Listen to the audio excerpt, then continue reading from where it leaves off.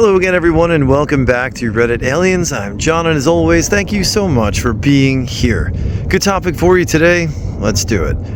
What's your scariest walking home at night story? Please remember to like, share, and subscribe. I was walking home from college one night behind a homeless guy. He stopped to tie his shoe, so I walked past him. Turns out he wasn't tying his shoe, he was getting a knife out of his boot. I turned around to see him running at me with the knife in his hand, and I ran as fast as I could. We ran for about a block, and I had a good lead on him, when suddenly a cop pulls in between us. He yells for the homeless guy to get on the ground. I'm still processing what just happened, awestruck. The cop asked me if I was okay, and when I said yes, he told me I could leave. When I was 13, I walked alone to the nearest convenience store at night. I lived behind a strip mall, so I had to pass through the back of it to get to the store. On my way back home, there was a man standing under a light in the parking lot, jacking himself off and coming toward me. He said, "If you run, I'll chase you." Of course, I ran for my life. He didn't chase me. I deliver pizzas, so it's like 1 a.m. and I'm on my final delivery of the night. The street is on the edge of town and my GPS is taking me to the wrong place. All of a sudden, a plain white van with tinted windows starts to pull up. I was half asleep, but I instantly woke up and started pedaling as fast as I could. The van then proceeds to speed up again and follow me. It never passes me, slows down, or turns, and as I reach the end of the road, I think to myself that this is how I die. The van stops and the windows begin to open. Turns out, it's a friendly neighborhood security guard who just wanted to help me find the right address, but man, that was a scary 2 minutes. Happened when I was in my early 20s. I was walking alone and it was snowing a lot, so I had my winter coat hoodie on. It was a quiet residential area with no cars in sight. All of a sudden, a car pulls up next to me with 4 men inside. I turn around and pull my coat hood down. Luckily, I was recovering from a nasty cold and looked like shit after a long day. And I sounded sick. One of the guys says to his friends that was driving, "She's sick, not worth it," and drove off. I can't even imagine what would have happened if I wasn't sick and appealed to them. The way they drove the car real close to the curb and kept it running, to this day I feel creepy thinking about it. Recently I was taking the train home around 11 p.m. and reading on my phone. I get near my stop, look up and notice a 20-year-old guy on the opposite end of the train looking at me. He looked and dressed normal, had a neutral expression on his face, and looked away a moment after we made eye contact, but I don't know how else to explain it. I knew he was a bad person who had bad intentions toward me. It was like all his energy was directed toward me at a point, and although he was trying to look casual, I knew he was paying way too close attention to me, sizing me up. I knew he was going to try something. So I put away my phone, got a better grip on my bag, and tried to look neutral and bored as my stop approached. When the doors opened at my stop, I sit there a beat too long to see if he's getting up. He doesn't. I quickly stand and exit the train. He suddenly jumps up and gets off the train too, just before the doors close, like he just remembered it's his stop. Shit, now I know what's going down. He's several steps ahead of me, walking toward the exit stairs. I walk behind him slowly, like comically slow. He slows down his gait too, doing ridiculous shit like stretching and just ambling around. I know he wants me to pass him so he can sneak up on me, but I want to keep an eye on him. Finally, I decide I'd rather pass him than be alone in a long empty subway tunnel at night with him. So I quickly pass him out of arm's reach, and he follows me up the stairs. Even though he's acting casual, I can still feel his energy pointed at me, if that makes sense. I get to the top of the stairs and start walking toward the exit turnstile. He's a couple steps behind me. There are subway employees here. But if I leave the subway, it'll be just me and him on the street in my not very busy neighborhood. I know he's following me, and I don't know where I live. I suddenly stop, turn around, and look straight at him. He also suddenly stops, looks up at the ceiling, all innocent, real smooth, and after a second goes back down the other set of subway stairs, which will take him in the totally opposite direction he'd been traveling. So either he suddenly realized he was totally lost, or he realized I wasn't going to let him rob me or worse, and had to abort mission. I waited there for a few seconds to make sure he was really going back downstairs, and just before he hit the platform, he looked up and gave me the evilest look. His veil of casual dropped completely, and he looked at me with pure hate. I actually just got chills thinking about it. I don't know what his plans were for the evening, but I effed them up and he hated me for it. I waited a few seconds on the exit stairs to make sure he wasn't coming after me and walked home quickly, checking behind me the whole way. Worst part is, he probably just went looking for some other person to attack.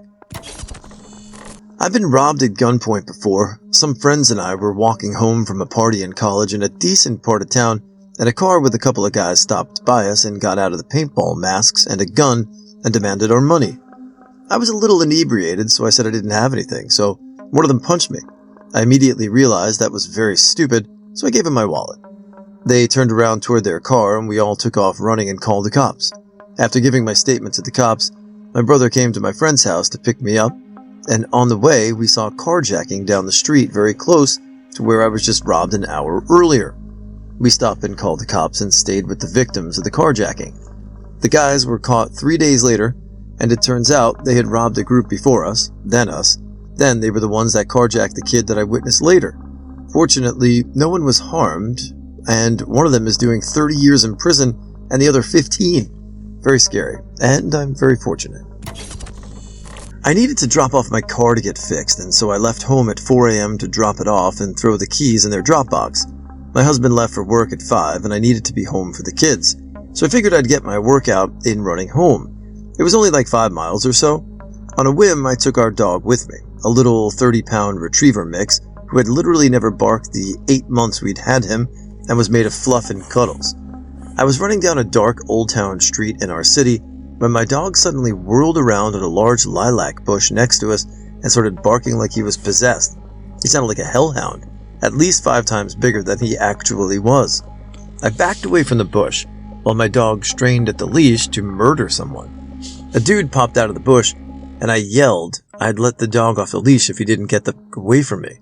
It was so dark he really couldn't see my little black fluff ball clearly, and my doggo sounded like Cujo. So we started to jog down the road, looking back every once in a while, yelling he was a runner like me, and I was being a bitch. He jogged under a streetlight about 100 meters away, and he was wearing jeans and unlaced work boots and a ski-type hat, in July, in the South. I dashed up to a lit house, knocked and called the cops from the porch as the homeowner stood with me and my dog. They told me there had been 2 muggings and an attempted R within a 3-block radius in the past 2 weeks. My husband came to pick me up, and our puppers got all the steak for dinner. Even now, 10 years later, I can count on one hand the number of times he's barked, and each time I've trusted his instincts. He once had the same reaction to a workman who came to the house and I wouldn't let the guy in. I told him our dog was insane and might hurt him, so we would have to put off the work for a bit just to make him leave. Our dog will practically grovel for affection from service people or delivery guys, so if he goes exorcist, I'm going to trust his judgment that the guy did not need to access to my house and kids. I was walking home on a residential street in Chicago. It's eerily quiet and no one is out, which is very rare. Suddenly I hear a deep, tonal music playing, very ominous and getting nervous. Out of the corner of my eye, I spot a white figure holding a knife in the stab position. I freak out, run a little bit, and trip and fall. Then I realized it. The music was from a guy practicing his bass, the big-ass giant violin, and the white figure, a mannequin, some idiot dressed up in white stabbing the Cleveland Indians. I, a 30-year-old 200-pound man, walked about a mile home from the grocery store at about 10 p.m. in a rough part of town. A teenage girl got off the bus stop at the same intersection as the grocery store and was walking across the street in front of me. A few blocks and turns later, and she is still about 25 paces in front of me. I hope she turns to the right up ahead. She must think I'm following her. Damn it, she went left. Should I go right so I don't look like I'm following her, even though I need to go left too? No, that's stupid. We wander all the way through my neighborhood with me in tow, and I swear she's checking over her shoulder discreetly to see if I'm still there. We finally come to my street, and my building is all the way at the end. I'm praying she turns into any of the other buildings as we pass, but nope, we live in the same goddamn building. I tried my hardest to lag at the end to let her get through the lobby before I enter, but did I feel terrible for accidentally following a young woman home at night.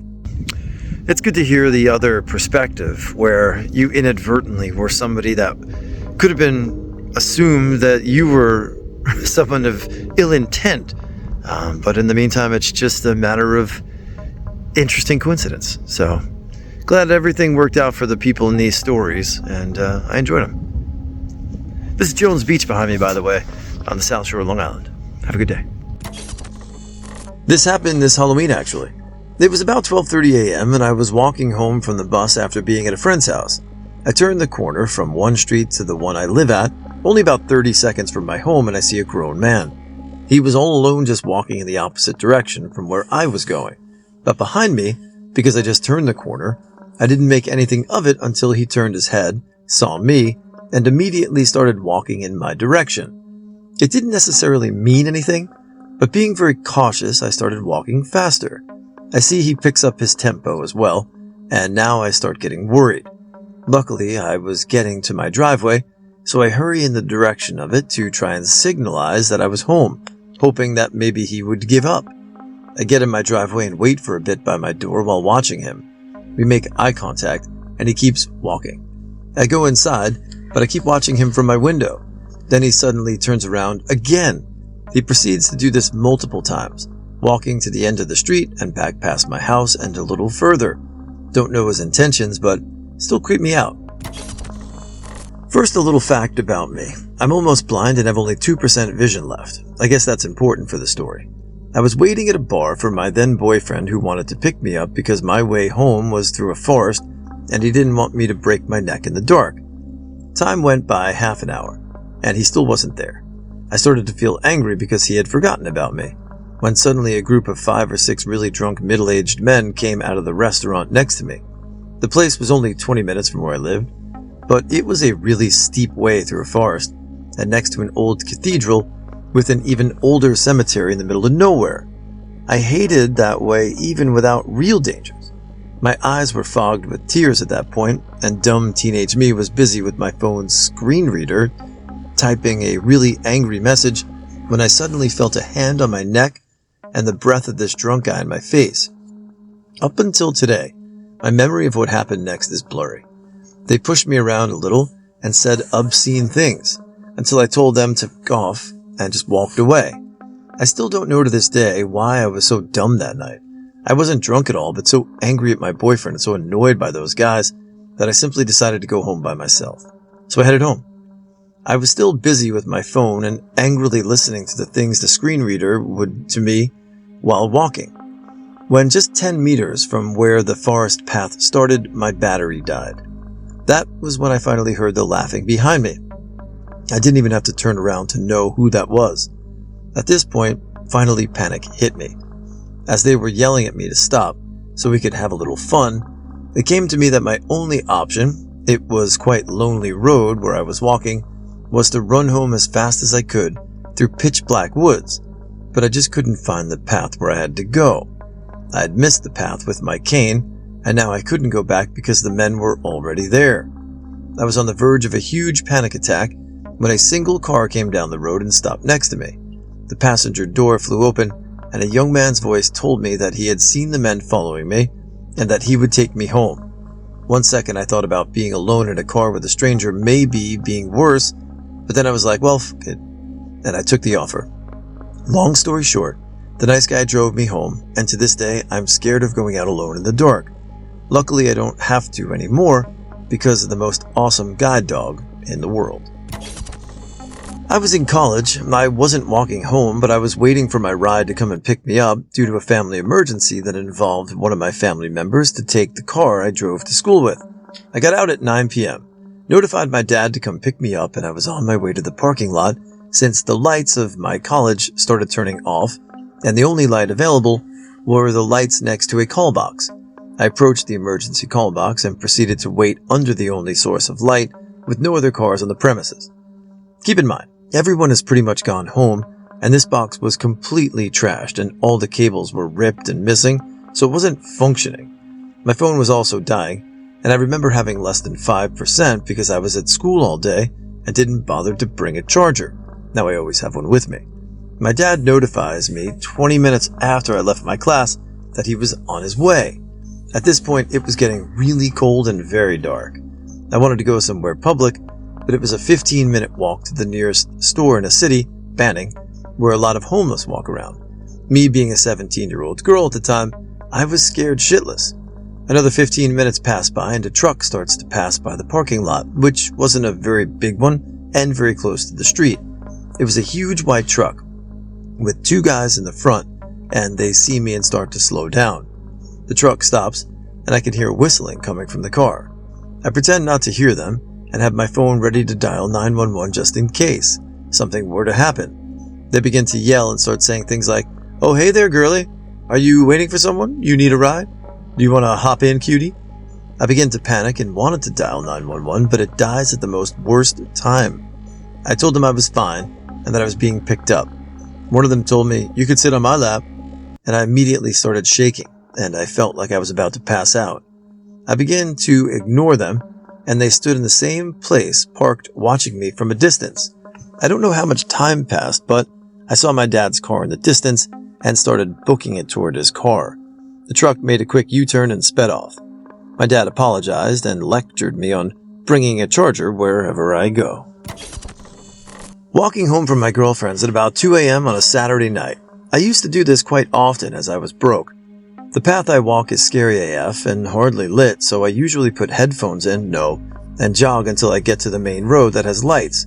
Usually takes 10 minutes on the street. I start walking and I notice a guy toward me up ahead. My girlfriend phones me to see if I got home okay, and as I get closer to this guy, he just gives off this very weird presence. I carry on walking past him, and is looking me up and down the whole time. I thought he could have been a drunk from the nearby pubs. Everything suddenly feels sketchy so I turn around and notice he's starting to walk slower. At this point, I'm still on the phone, and I could feel my heart pounding while still walking as I have at least another 10-minute walk until I got home. Turn around to check one more time, and the guy has turned around and now walking towards me. I run as fast as I can and jump a fence of a supermarket and run through the car park and don't stop running until I get home. Gives me chills thinking back to that night. Not at night, but when I was 10 years old, I was at a friend's house. It was after school and I had driven my bike there. I was there from about 2:45 to 5:30 that day. And the whole time I remember there being a truck across the street with someone in it. It stuck out to me due to its color. Anyways, once I got on my bike that evening to head home, the truck started to finally move from its spot and was going down the same street as I was. I noticed and wondered if it was following me, so I started to defect from my usual route and go down some street multiple times. The truck kept its distance but still followed. As I got closer to my house, I started to speed up after realizing what was happening, and so did the truck. Got on the street, took a hard turn into my driveway, where my mom happened to be standing outside, and the truck flew past us, blaring his horn and yelling something at my mom. Years later, I've gained context to what happened that day. My mom owed people money for the drugs she had been using during that time. The guy in the truck was one of the biggest drug lords in my town. I'm sure that since my mom couldn't pay her money, that I was going to be the payment instead.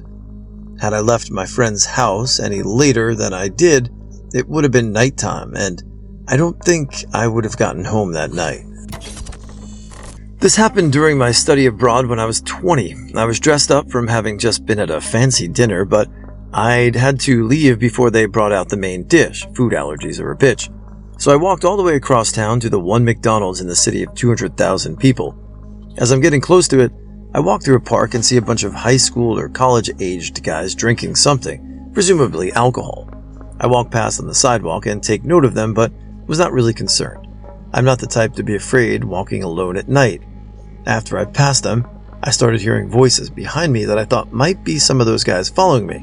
So I took out my earbuds and put them in my pocket so I could hear. Of course, I'm in a foreign country, and although I can hold a conversation in the language, I have a hard time overhearing conversations from other people. However, I thought I heard the words for woman and whore. Well, now I'm getting scared. I don't want to turn back and look because I don't want to give any attention to what might be the worst catcallers ever. 1 out of 10. Not even yelling, please try harder. As I hear them getting closer, I prepare to throw a spinning elbow and run into the street, which had just the right about traffic to draw attention to myself but not get hit. They get closer and closer.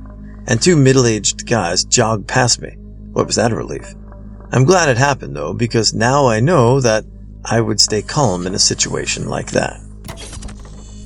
It was scary, but with a sort of happy ending. I said goodbye to my cousin and got a block away before realizing I needed to tell him something. I went back, but he was nowhere to be seen, so I started yelling for him. These three guys, all popular athletes who were my age, topped me and shut up, and I passed the track star's house where they were all at. Now keep in mind, I live in a small town, and the track star was the only black person I'd ever seen to that point, and he was fucking fast. He won state titles in high school fast. Anyway, I yelled at them, "You," thinking I was safe. Boy, was I wrong. They all three came out of the house and started chasing me. Now this time I'm 90 pounds soaking wet, the least athletic person you'll ever meet, and these three big athletic kids come running after me. I bounce. I ran as fast and far as I could and left them in the dust, knowing if they caught me I'd get my ass kicked. The track guy kept up with me for a while, but then he stopped for some reason. I was so freaked out that I didn't stop until I got home. That was Saturday. On Monday during lunch, I was sitting in the bleachers when I saw Mr. Trackstar coming for me. I couldn't get up quickly enough, but he smiled and told me to chill. Instead of beating me or beating me up, he said, "Have you ever thought about joining track?" He then tells me everyone around us the story of how I got away from him and how he stopped, because all he could think was, "Holy shit, that scrawny is fast." Paraphrase. I was walking to work on a Saturday at about 5:45 a.m. in winter in a dark street in a quieter part of downtown. A car comes driving slowly down the middle of the road and the male driver calls out something. He's clearly intoxicated. Already alarmed, I put my head down and keep walking quickly. He calls out again, stops driving, and gets out of his car in the middle of the street and keeps calling out to me. I was so freaked out because on one side is this creep and the other side is an unlit park full of trees. I think once he realized I was sober and wouldn't be an easy target, he gave up and got back in his car and drove off. I fucking ran to work and showed up in tears. What made me really mad is that by the time I had calmed down, I was a few minutes late to punch in. Of course, my manager was understanding, though. I just hoped that fucker didn't run into any vulnerable women on his drunken creep patrol. I was out drinking in a foreign country. I got lost, took the wrong bus, and ended up at the wrong side of town at 3 a.m. And by wrong side of town, I don't mean like dirty, dangerous, wrong side of the track thing. I just mean I was on the complete opposite side of town from where I wanted to be, which was the home of the family I was living with. The bus driver told me in a language I didn't understand to get off the bus. I assumed it was because the route was over and it was the last bus of the night.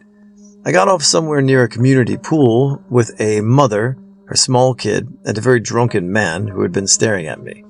I began walking in the direction I assumed was the home of the family I lived with.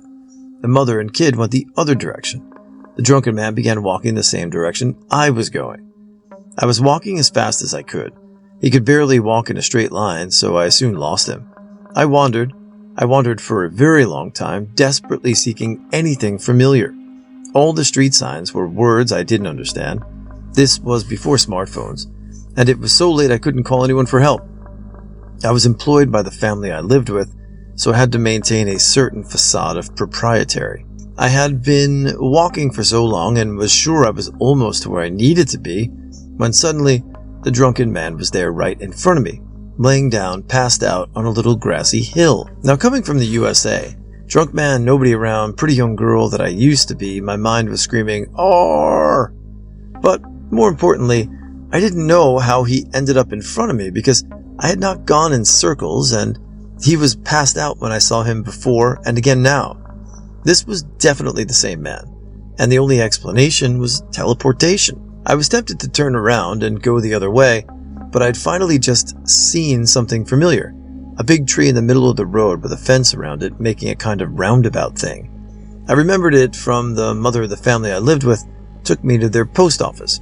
I knew I had to go forward, or just curl up on the grassy hill and sleep with this slobbering drunk for the remainder of the night.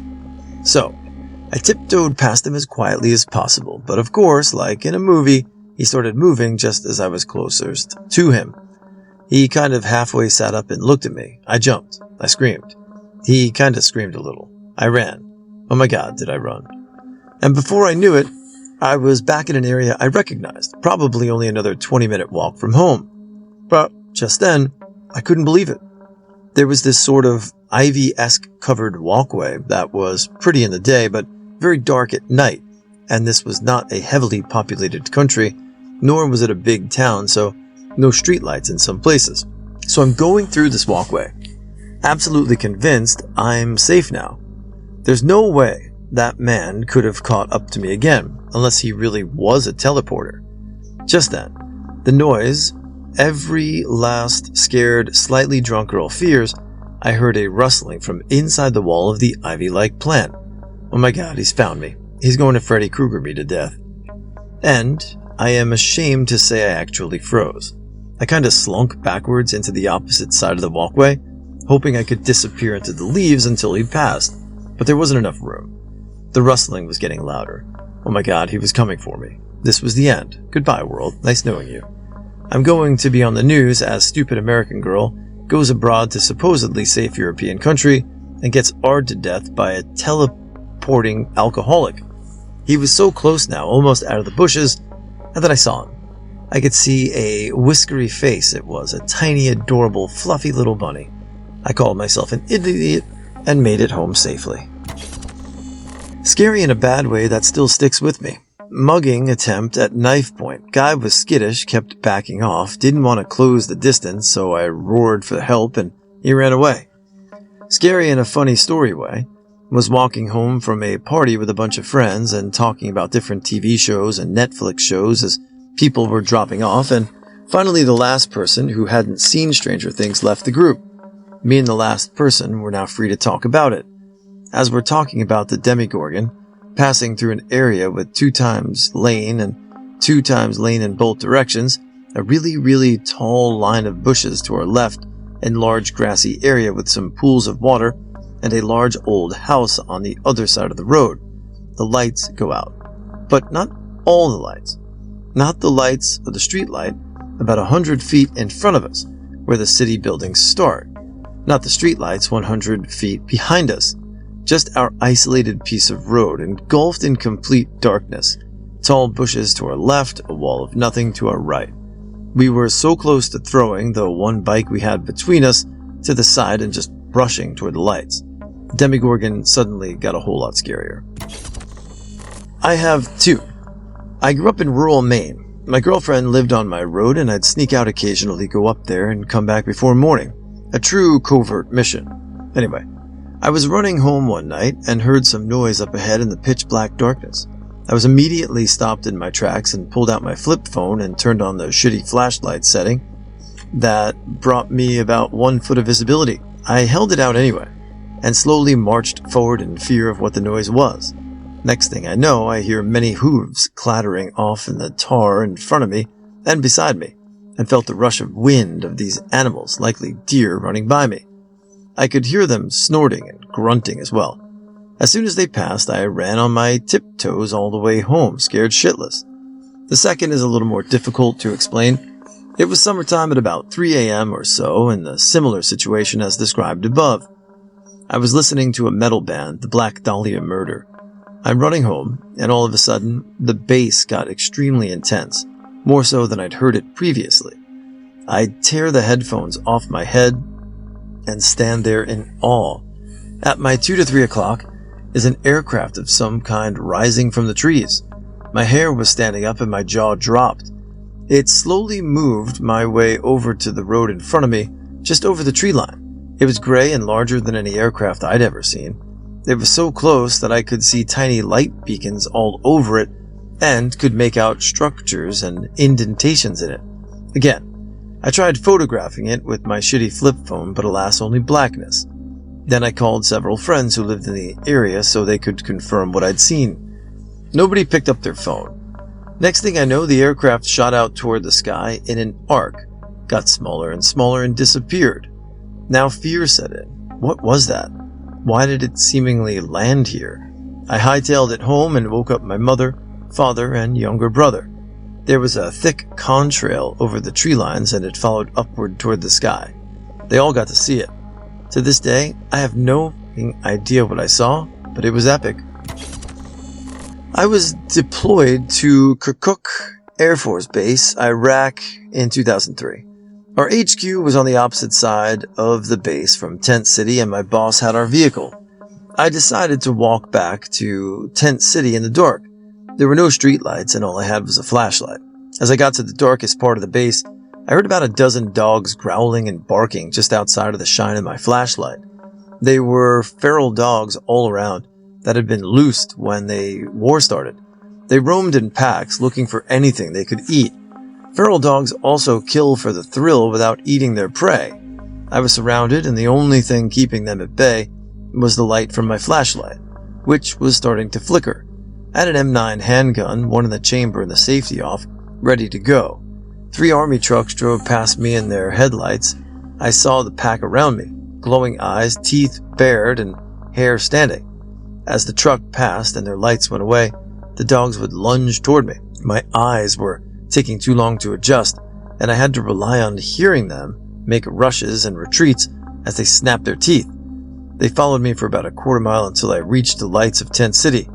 I never went anywhere unlit after that, and worse, my sidearm every day until I redeployed.